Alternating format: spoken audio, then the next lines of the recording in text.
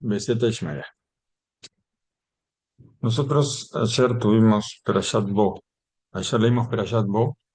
Si alcanzamos, vamos a ver algo también sobre Perashat Beshalach, la Perashat de esta semana. En Perashat Bo tenemos, así nos dice Rav Silverstein, y le creemos, que tenemos 9 nueve preceptos y una prohibición dentro de la Perashat. ¿Cuál es el primer precepto que aparece en la Torá? Para el pueblo de Israel, no para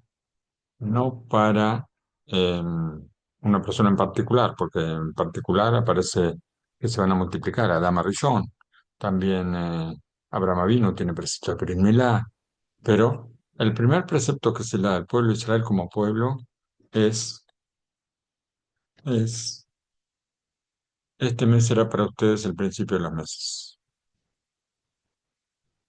Y vamos a ver cómo aparece. Hay un libro que se llama Sefer HaJinuj, que nos habla sobre todos los preceptos y nos explica un poco de cada precepto. Santificar el mes y también extender el año es una... es, santificar el mes y extender el año se hace esto en un bedín, un tribunal grande y sabio. Por supuesto, este tribunal está pegado a la tierra, está en el cielo. ¿Por qué? Porque nosotros hablamos de cosas celestiales. Estamos hablando de extender el año. Estamos hablando o sea, de dar un año más, dar un mes más al año. O estamos hablando de eh, que el mes tenga 29 o 30 días. Y esto parece algo que tiene que ver con el cielo, con el sol, con la luna, con alguna cosa de esas. No, no es algo que tiene que ver con nosotros acá en la Tierra, aparentemente. Y esto sirve para, por supuesto, para fijar las fiestas del año, de acuerdo, de acuerdo a esta santificación que hacemos nosotros del mes o de los años.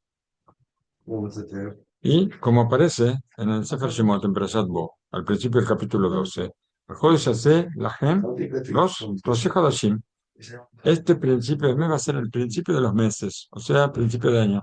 Por eso está hablando del mes de Nisan, y nosotros, para la Torá, el comienzo del año es el mes de Nisan, no en el mes de Tishrei, como aparece en todos los calendarios, sino el primero de Nisan es el principio de año para la Torá.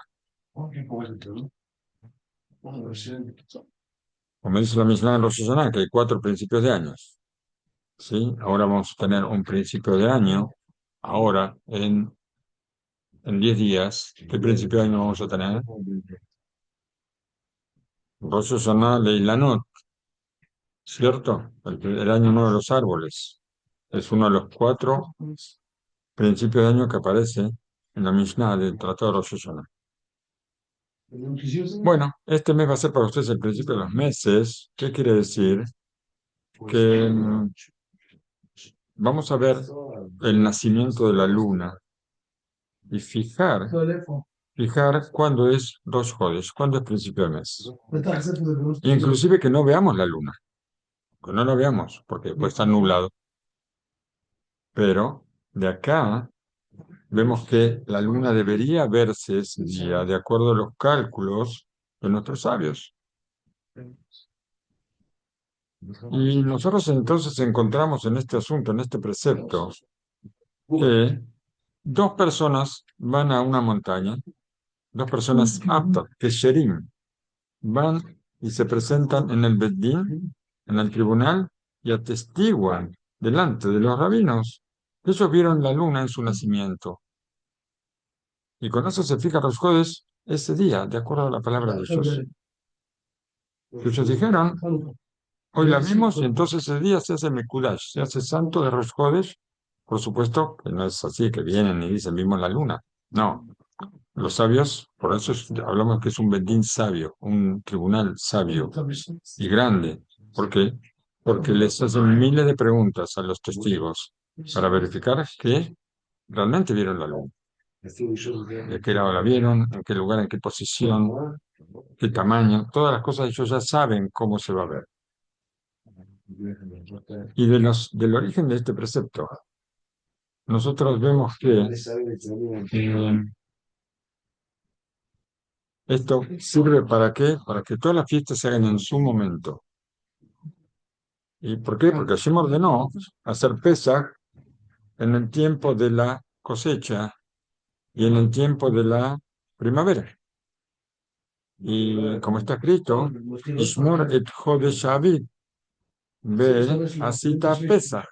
Vas a cuidar el mes de la primavera para hacer el sacrificio de Pesaj. También cada Sukkot tiene su tiempo, cada Shavuot tiene su tiempo, cada festividad tiene su tiempo, como está escrito, Behaga Sif, así está escrito sobre el Haga Sukkot, en Shavuot, habla de los Bikurim, de las primicias. Y si no fuera porque nosotros agregamos un mes cada 2 o 3 años, las fiestas se correrían en su tiempo. ¿Por qué? Porque nosotros estaríamos calculando los meses y las fiestas de acuerdo al año lunar, 12 meses lunares, que son 354 días, 8 horas, 876 partes. Y a esto le falta en la Mishnah, le falta al año solar, le faltan 10 días, 21 horas, 204 partes. Así aparece en la Mishnah y así aparece en la Gemara. Y entonces, ¿qué va a pasar? Que los frutos y los granos y las frutas no van a estar maduras lo suficiente con la fuerza del sol. ¿Por qué? Porque no alcanzaron. Venimos del invierno y entonces llega Pesaj. La cosecha no va a estar madura para levantar la cosecha de granos. Y los frutos no van a llegar a estar preparados, listos para sacar las primicias del Shavuot. ¿Por qué? Porque el sol todavía no empezó la primavera o Shavuot ya casi el verano. Esto si no cambiamos nosotros, no agregamos un mes. Si no agregamos un mes, como hacemos cada 2 o 3 años. Y tampoco, por supuesto, pasaría que Pesaj se correría, no sería en la primavera, Sukkot no sería en el otoño, y todas las fiestas van a cambiar. Entonces, como pasa con el pueblo árabe, que ellos también llevan el calendario lunar, pero no agregan nunca un mes. Entonces, la fiesta de ellos cada año se corre 10 días para atrás. Cada año 10 días para atrás. Entonces, las fiestas no sé, en 30 años más o menos, recorren todo el año. Las fiestas van cayendo en estaciones diferentes hasta que después vuelven otra vez a la misma fecha más o menos. Y nuestros sabios establecieron que esto lo tiene que hacer los sabios grandes de la generación, tienen que decidir cuándo el mes tiene un día más, cuándo el año tiene un mes más, de acuerdo a la sabiduría grande que ellos tienen, y así dijeron que de aquí nosotros vemos en cada año cuando llega la época de la cosecha, cuando es digno de ser estipulado eso por nuestros sabios, nuestros grandes sabios. Y no sé si prestaron atención en lo que dijo el Sefer Hinú, cuando hablamos de la longitud de los días, la longitud de los años. No ha dicho así 354 días o 365, sino que habló de días, horas, minutos, partes. Está al medio segundo, esto está calculado, pero no con computadoras, Los cálculos estos vienen de hace más de 2000 años. Entonces, si me preguntan cómo calcularon esto, yo no lo sé. Averigüen cómo lo pudieron haber calculado. Esto está escrito en la Gemara, en el Tratado de Rosh Hashanah, está escrito todos los cálculos. ¿Y quién los calculó? Tal vez bajó un extraterrestre y nos trajo todos los cálculos escritos en una hojita o qué. La cosa es que nosotros necesitamos llenarnos de orgullo por nuestra Torá, lo que es nuestra Torá, la sabiduría que tiene nuestra Torá. Es la Torá de Hashem, ¿no? Esto es una prueba más de que la Torá viene del cielo y que no es algo escrito por los hombres. Y no es un fruto del pensamiento de las personas, que está limitado. Nuestro pensamiento es limitado. Hoy pensamos una cosa, mañana pensamos otra. En la sabiduría infinita de nuestra Torá. Nosotros podemos entrar y discutir sobre esto y pensar en el precepto de santificar el mes. Acá hay un fundamento que es el nacimiento de la luna y que sobre esto podemos construir, sobre esto nosotros construimos, perdón, nuestro calendario sobre el nacimiento de la luna. Y de acuerdo al día en que nosotros fijamos el principio del mes, se establecen las fiestas. Y yo digo, por ejemplo, cuando viene el mes vamos a suponer, ahora viene el mes de Shevat Adar, ¿sí? Bueno, ya vino el mes de Shevat, también se fijó cuando se fijó. Cuando viene el mes de Adar, yo sé que 15 días después, 14 días después viene Purim. Nosotros fijamos el mes de Nisan, 14 días después viene Pesach. ¿Y qué pasa? Si nosotros calculamos mal el mes, puede pasar que comamos jamés en Pesach. ¿Por qué? Porque calculamos mal. Entonces es tan importante la fijación de cada Rosh Hodesh. Es una cosa súper importante. Y más, nosotros vamos a ver que hace aproximadamente 2000 años, no sé justo cuándo, no me acuerdo si lo estableció Orabi Akiva o Hillel Saken, hicieron un calendario eterno, un calendario que usamos hasta hoy. Hoy me contó una persona que la NASA falló en un cálculo de tiempo, falló 4 segundos. Nosotros tenemos el cálculo de los días, los años, los meses, todo calculado desde hace más de 2000 años. Y está no solamente el cálculo que se hizo cuando el Beit HaMikdash estaba construido, sino que después, cuando el Beit HaMikdash se destruyó, ya no iban más los testigos a ver el nacimiento de la luna, sino que ya había un calendario perpetuo escrito por eso no me acuerdo si era de Akiva o Hillel Saken, quién lo compuso, que hasta el día de hoy lo utilizamos y no tuvo nunca una falla, nunca, jamás falló. Ahora no va a ser un cálculo de qué pasa si se hubiera equivocado un poquito nada más, qué hubiera pasado. Vamos a ver las consecuencias de lo que hubiera pasado con un pequeño error nada más.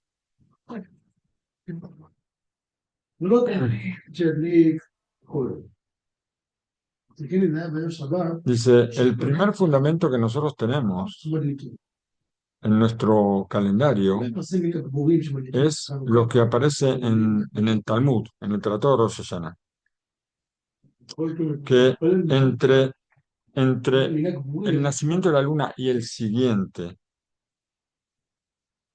pasa un tiempo equivalente, así, en promedio, dice la Gemara, promedio, 29 días, 12 horas, 793 partes. Y así, partes de una hora que está dividida no sé en cuánto. Dice 793 partes de una hora, no sé frente a cuántas partes se separan. Y así nosotros contamos los meses desde hace miles de años. Si nosotros analizamos un poquito estas palabras y lo decimos en el lenguaje nuestro, no hablar de partes y cosas, pero el lenguaje de nuestros días, los cálculos de nuestros días. Vamos a decir que entre nacimiento y nacimiento de la luna hay en promedio 29 días, 12 horas, 44 minutos, 3 segundos y un tercio de segundo. ¿Acaso nuestra mente puede calcular, medir con tanta exactitud a la distancia que estamos? Estamos calculando nosotros el mes lunar. ¿Dónde está la luna? No está acá al lado nuestro. La luna está lejos, ¿cierto? Está lejos hasta el punto que desde el año, no sé, el año 70, o no sé desde qué año, hace más de 50 años, hace más de 50 años el hombre pisó la luna. Fueron 3 astronautas, después fueron otros 3, después nunca más. Ahora están viendo de qué forma ir otra vez, pues quieren ir a Marte, primero tienen que ir a la luna, ¿y qué pasa? No pasa nada, no pasa nada. Van naves no tripuladas, unas estrellas, dos se pierden, otra desaparece, y así, se van turnando un poquito. Todavía no hay una seguridad para mandar una nave tripulada al espacio otra vez para llegar al Luna. ¿Está bien? Pero la Luna está ahí, y nosotros calculamos ese mes con tanta exactitud, estando por supuesto, a miles y miles de kilómetros, inclusive con los elementos que están en nuestras manos hoy. No sé si nosotros podemos medir con tanta exactitud, o sea, con elementos electrónicos. Tal vez sí, tal vez podamos medir con la misma exactitud o tal vez un poco mejor. Pero hace 2000 años, ¿qué elementos tenían? Y entonces, ¿cómo? ¿De qué manera se midió? ¿Cómo medían los Yudim? Una cosa tan elevada, una cosa tan perfecta hace miles de años, con una exactitud tan grande. ¿Cómo lo hacían? También mucha gente se pregunta cómo se construyeron las pirámides de Egipto, ¿no es cierto? También la gente pregunta. Más de uno dice que fueron los extraterrestres, pero nosotros sabemos que fueron los esclavos judíos que lo construyeron, y no con las órdenes de los capataces egipcios, sino que ellos lo construyeron, no sabemos cómo, de qué manera, cómo lo hicieron, nadie sabe. ¿Por qué? Porque para esa época, no existen ni quien pueda trabajar la piedra de esa forma, ni quien las pueda levantar. ¿Qué es lo que pregunta? Todos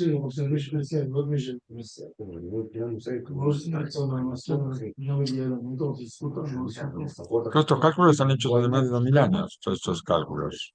Si veían la punta de la luna, el cuerpo de la luna, lo que veían, no sé lo que veían. Seguramente es un bordecito nada más, porque el día que la luna nace, se ve solamente una línea muy finita de la luna. Después empieza a crecer hasta que el día 15 del mes, 14 o 15, se hace luna llena. Pero los jueves es la luna nueva, la renovación de la luna. En el mismo español y en todos los idiomas se hace llamar como la llamamos nosotros, que la luna se renueva. Eso es importante destacar. Bueno, vamos a suponer, tal vez los cálculos no sean exactos. Vamos a suponer. ¿Quién garantiza? ¿Quién nos garantiza a nosotros que en verdad los números que dijimos son correctos? Todo esto se puede discutir o se puede probar con mucha facilidad. ¿Por qué? Porque si Moshe Rabbeinu, por supuesto, todo lo recibimos en el monte Sinai, todo el cálculo, toda la forma en que nosotros vamos a a ver si nace el mes. Todo esto lo supimos, lo trajo Moshe Rabbeinu del monte Sinai. No los números, sino la forma en que nosotros santificamos el mes. Ahora, si Moshe Rabbeinu se hubiera equivocado en un minuto solo, solamente un minuto, tampoco había reloj, ¿no es cierto? Tampoco había. Bueno, si se hubiera equivocado en un minuto solo, durante 60 meses, o sea, en 5 años, hubiera cambiado el nacimiento de la luna en una hora. Durante 60 años hubiera cambiado en un día. Durante 3.300 años, que es más o menos lo que pasó de Moshe Rabbeinu hasta hoy, ¿cuánto sería? Entre el nacimiento y el nacimiento de la luna nos estaremos equivocando. ¿Cuánto? היה מסתבר פארץ בין החשבון שלנו למולד אמיתי. Dice que hay una diferencia muy grande, no me trae cuál es la diferencia, pero hasta hoy. הפרש שיש בימות משה, רבנו עד היום, היה מסתבר פארץ. Es una cantidad muy grande, no me dice cuánto es. Pero podemos hacer la cuenta. Si nosotros tenemos en 60 años, tenemos que la diferencia es un día, entonces podemos dividir por 60, multiplicar por 3.300 y nos va a dar cuántos días son. Y punto. Em, y si con todo esto todavía nosotros vemos que en el Beta Knesset, en cada santificación del mes, se proclama cuál es la hora, cuál es el día en que van a hacer la luna, la hora, minutos y segundos en que van, porque eso ya está todo calculado en el calendario ese perpetuo que hicieron hace más de 2.000 años. Y esto no tiene fallas. Es un cálculo, es nuestro cálculo a partir del Talmud, en el Tratado de Rosh Hashanah. Y esto tiene una exactitud completa, que lo trajeron también, lo estudiaron los Rishonim, después, cuando comentaron la Gemara. También el Rambam, también el Riz, también el Tur. Todos llegaron al mismo cálculo. ¿Cómo es posible? ¿Cómo es posible? Rambam, además de médico, era astrónomo también, ¿cierto? Creo que era astrónomo también. ¿Cómo? ¿Cómo sabían esas cosas sin nada, ni una pequeña calculadora? Está el cálculo de el número pi. El número pi aparece ahí. Hay un teorema que se llama el teorema de Pitágoras, que en realidad no es de Pitágoras porque está en la Guimara. Pero Pitágoras dijo, como la Guimara está diferente, está explicado de otra forma, está en hebreo, en arameo, nadie me entiende, entonces ahora va a ser el teorema de Pitágoras. Pero está explicado todo. En la Guimara está todo explicado. La prueba sobre la exactitud de la Torá de Hashem, viene con las palabras de sabiduría, perdón, las palabras de los sabios de todos los pueblos. Por supuesto, no hoy nadie va a reconocer nada, pero en la antigüedad, ellos vieron con sus propios ojos, vieron que había una tradición que se transmitía a través de la Torá y que esto se mantenía en el pueblo de Israel, que solamente por medio del estudio, el estudio de estos fundamentos en el Talmud, y que se estudiaba lo que era el molad, el nacimiento de la luna, una persona de otra, padres a hijos, rabinos a alumnos, hasta llegar a Moshe Rabbeinu, que estudió la Torá de la boca de Hashem directamente. Y ya está escrito, esto pasa los domingos aquí, ¿eh? No nos asombremos. Esto pasa en el libro Abrit, a ver, el Sefer Abrit, el Sefer Yitzim.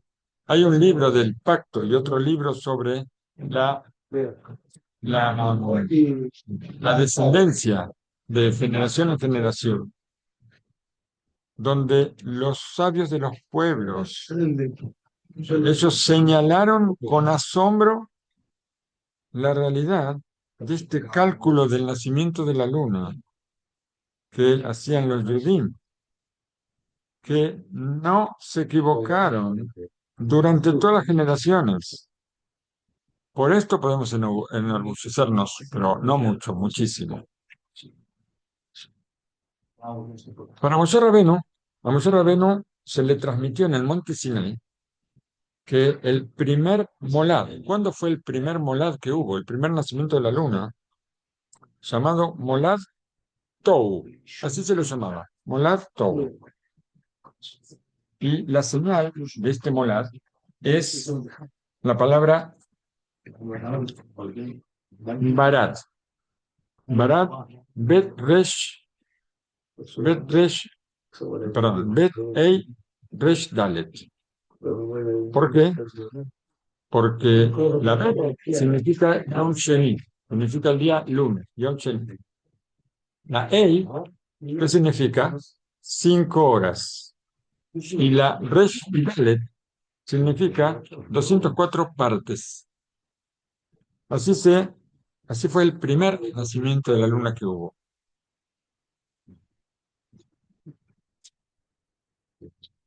Y es decir, que una hora, una hora estaba dividida, acá me aparece el nombre, una hora estaba dividida en 1080 partes.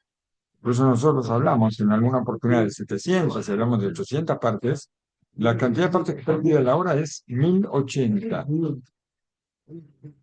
Y el molad, el primer molad, fue el día segundo, después de 5 horas, y después de 204 partes de una hora. Y sobre esto, sobre esta aplicación,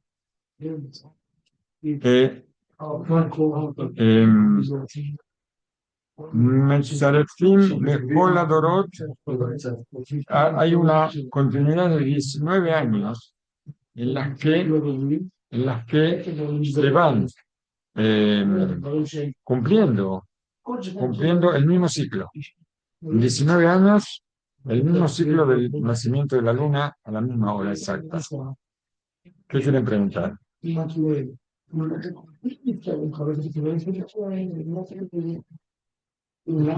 La Bet es el número 2. Bet número 2, Ei 5. La Bet son día segundo. La Ei es la quinta hora. Y la Resh y la Dalet, que suma 204, son 204 partes de una hora, en función de, como dijimos, de 1080 partes que tiene una hora. ¿Cómo hacen ese cálculo? No se puede entender. No se puede entender cómo se hacían todos estos cálculos. Rabenu Bejaye, él encontró esta señal, porque preguntan, ¿dónde nosotros nos apoyamos en esta palabra? Barat, Bet, Ei, Resh, Dalet, significa 2, 5, 204. ¿De dónde sacamos esta palabra? ¿Y si acaso es posible encontrar una señal en la Torá? Y Rabenu Bejaye encontró la señal. Hoy en día, con las computadoras, yo me acuerdo, hace 20, 30 años, en el principio las computadoras empezaron a descubrir señales en la Torá, pero estamos hablando hace 20, 30 años. 20, 30 años descubrimos señales en la Torá. ¿Por qué? Porque calculaban, ponían todas las letras de la Torá escritas en la computadora y entonces empezaron a calcular tantos números, saltaban tantas letras y tantas letras y tantas letras y descubrían cosas que estaban como ocultas en el Sefer Torá. Pero Rabenu Bejaye es uno de los Rishonim. Rishonim significa 600, 700, 800, 900 años más o menos. Por ahí no había ninguna computadora revelada. Rabenu Bejaye le encontró Si nosotros vemos la obra de Rabbeinu Buhaye, solamente ver la obra de Rabbeinu Buhaye en la explicación del Humash, nada más la explicación del Humash es una obra monumental. Aparte parece que tenía tiempo para hacer cálculos también. Y él calculó y encontró la señal, como que Hashem Baraj, él creó el mundo y lo creó con su nombre. Su nombre, que tiene ¿cuántas letras? El Shema Meforash tiene 42 letras. Y si nosotros contamos, un segundo, segundito.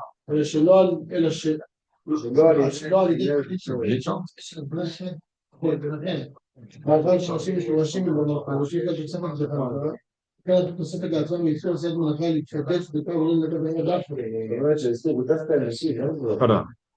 Si nosotros contamos 42 letras y vamos contando de a 42, ¿por qué? Probaron. Rabbeinu Behaye probó, contando de a 42 letras.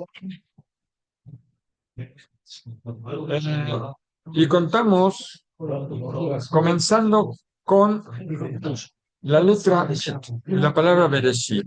Ustedes pueden fijarse, pueden agarrar el Chumash y empezar a hacer los cálculos. Yo le creo a lo que dice Rav Silverstein. Contamos 42 letras en la palabra. La Torah empieza con la palabra Bereshit, ¿cierto? Bereshit, bara Elohim, et Hashamayim, et haaretz. Muy bien. Entonces, comenzamos con la Bet. Contamos 42 letras. Llegamos a una letra Ei. Ei en la palabra Ubau. Contamos otras 42 letras. Llegamos a la Resh de la palabra Bayomer. De otras 42 letras llegamos a la Dalet de la palabra Beyabdil o Beyabdel. Beyabdel. Bien. Y así formamos la palabra Bet, Ei, Resh, Dalet. Tenemos nosotros ahora que el primer molad fue en ese momento y de ahí en adelante nosotros no sabemos cuál va a ser el siguiente. Los Yudim contaron los meses de acuerdo al nacimiento de la luna, como ya sabemos. Y también sabemos que el mes de la luna tiene casi 30 días. 15 días, la luna, en 15 días, durante 15 días la luna está en ascenso. Nosotros podemos ver en cualquier calendario no judío, podemos ver, no sé si en calendarios nuevos, pero en calendarios antiguos figuraba la luna en cada mes. Decía qué día había luna nueva, el cuarto creciente, luna llena, cuarto menguante, hasta la luna nueva siguiente. 15 días, 14, 15 días que la luna crece desde luna nueva hasta luna llena y 14, 15 días que la luna desciende hasta llegar a luna nueva otra vez, hasta que desaparece y vuelve a nacer. Entonces, acá hay una señal en las palabras que durante 15 generaciones el pueblo de Israel estuvo en una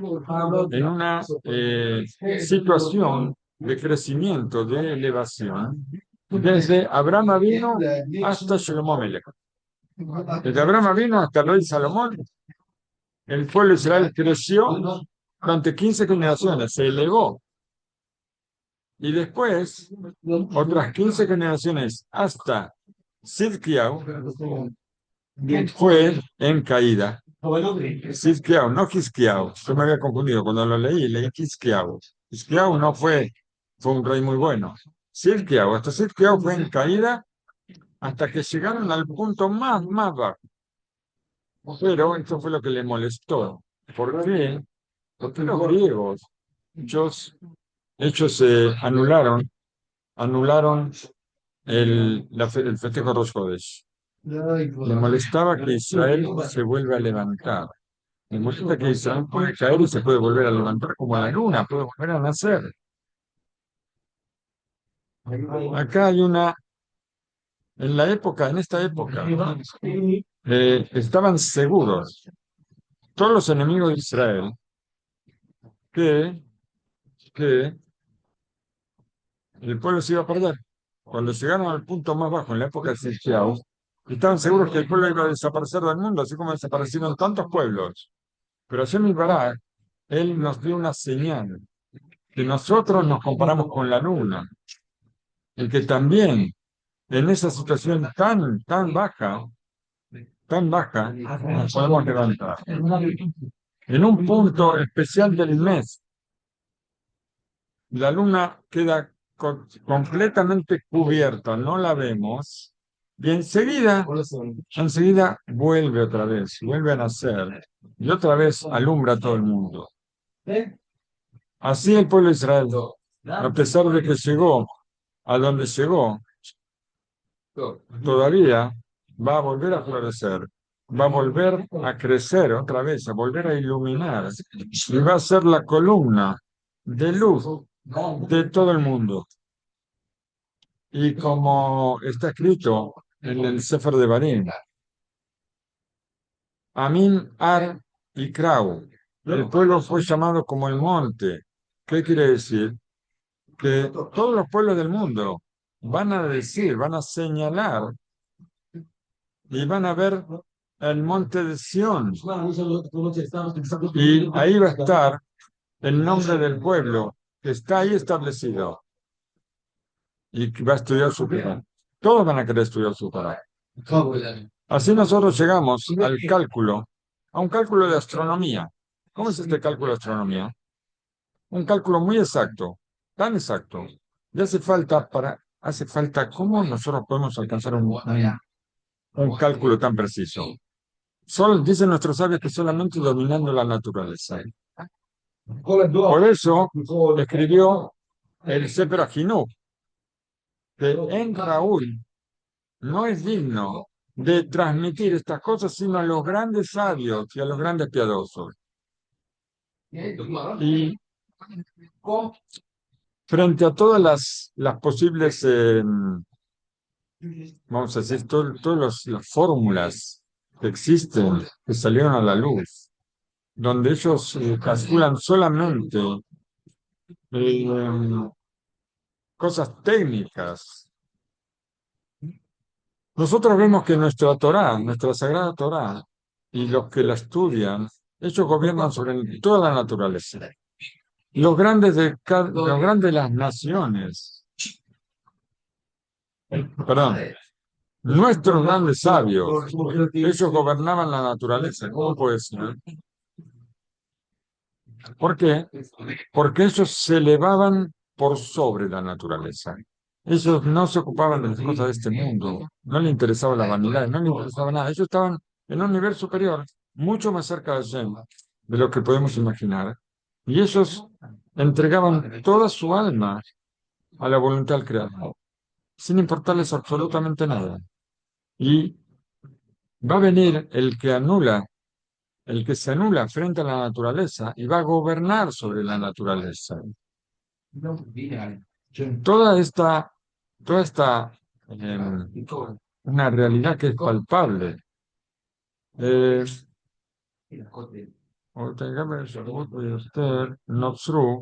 Todo esto se creó como con una conjunción de una cosa sobre otra. ¿Qué significa? Hasta que una persona que se ocupa de algo consigue, no, está hablando acá de, a ver,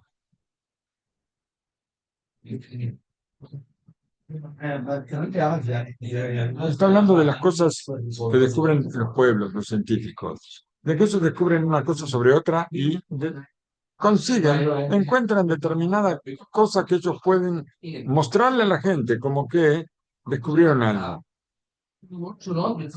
Pero cuando nosotros estudiamos la Torá, nosotros nos ocupamos de toda la creación. Nos ocupamos de la palabra de Hashem. Y esto esto logra que nosotros podamos gobernar sobre estas cosas y como se sabe de hay relatos sobre los grandes de las generaciones y también sobre los grandes de nuestra generación, no sé quiénes, que ellos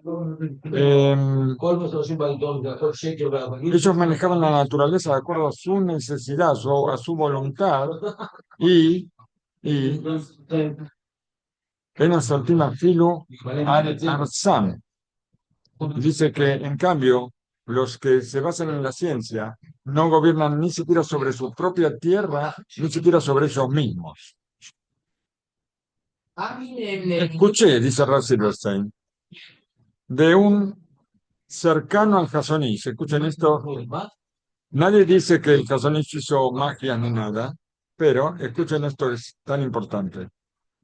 Escuché de uno de los cercanos al Hasonish que eh, después del holocausto, donde Kosorjú se ocultó de nosotros y pasaron las cosas que pasaron en Europa, sabemos, que si se hubiera sabido sobre esto, dice, yo hubiera evitado el holocausto, dice aquí. Dice, otra cosa yo escuché, que cuando los nazis, Max ellos llegaron casi hasta la tierra de Israel. Eso es sabido, que ellos llegaron casi hasta la tierra de Israel, a punto de dominar también la tierra de Israel. Ellos y la masacre, lo aleno que podían hacer aquí era algo tremendo. Y ellos llegaron casi hasta la tierra de Israel, muy cerca, y uno de los grandes Mekubalim, uno de los grandes que se ocupaban de la Cábala en Jerusalén, Rabbi Asher Tzedek Margaliot, él le escribió una carta al Hasonish y en la carta le preguntaba ¿por qué Rabbi Shimon Bar Yochai él profundizó sobre seres celestiales que no entendemos de qué está hablando, como cuenta la Gemara en el tratado de Meila?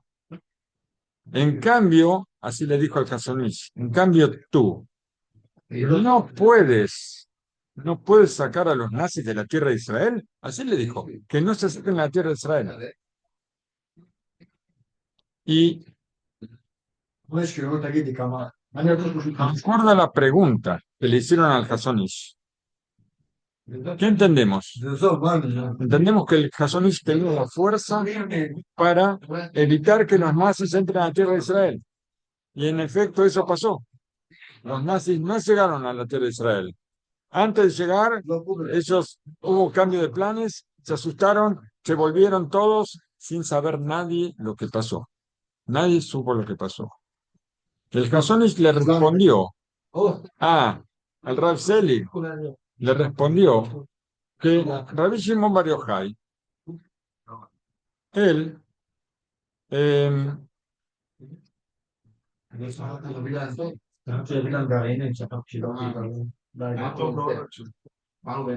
הכל בזכות החולות של נחמה.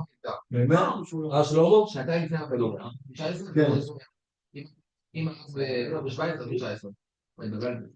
Rabbi Shimon Bar Yochai fue nombrado como el dueño de la tierra de Israel. Por eso él tuvo la posibilidad de hacer lo que está escrito en la Gemara y que aparentemente tenía poderes especiales, Rabbi Shimon Bar Yochai. Dice, pero hoy en día esa fuerza no la tenemos. Él tuvo la fuerza para hacer eso, pero hoy no. Hoy no existe esa fuerza, no hay nadie que pueda tener ese título de ser el dueño de la tierra de Israel. Sin embargo, lo que tenía que pasar, lo que le pidieron a Hasonish que pase, pasó. Pero el Hasonish negó completamente de que existiera esa fuerza para hacerlo. Sin embargo, se hizo. La Gemara cuenta en el Tratado de Julín, ahí encontramos también gobierno sobre la naturaleza en los sabios de Israel. La Gemara nos cuenta sobre Rabbi Pinjas Ben Yair. Todos escuchamos hablar de Rabbi Pinjas Rabbi Pinjas Ben Yair y su burro. Un burro que él respetaba la Shemitah, no comía, si no me equivoco, era el burro de él, que no comía alimentos que no se le hubiera sacado la trumá y el macer. No los comía. Y en cierta oportunidad, Rabbi Pinjas Ben Yair fue a rescatar secuestrados, personas secuestradas, las fue a rescatar, y llegó al río Kenai. Y entonces él le ordenó al río que se abra para que él pueda pasar. Le dijo, Genai, Genai, tú tienes que abrirte. El río se negó a abrirse, se negó a cumplir la voluntad de David Pinja Ben Yair. Y le dijo, el río no se abrió, pero le dijo a David Pinja Ben Yair, si tú vas a hacer la voluntad de Hashem, y yo también voy a hacer la voluntad de Hashem. Yo cuando el río corre, cuando yo fluyo, ¿sí? El fluir del río es la voluntad de Hashem, es hacer la voluntad de Hashem. Y tú vas a hacer la voluntad de Hashem, vas a rescatar secuestrados. Pero que tú puedas rescatar a los secuestrados es una duda. Tal vez puedas, tal vez no. En cambio, lo que yo hago es seguro. Yo estoy fluyendo. Estoy cumpliendo con la voluntad de Hashem todo el tiempo. Tú quieres cumplir con la voluntad de Hashem. Tal vez la cumples, tal vez no la cumples. En cambio, yo cumplo con la voluntad de Hashem todo el tiempo. El río corre, y con eso cumplo la voluntad de Hashem. ¿Y por qué me tengo que dividir?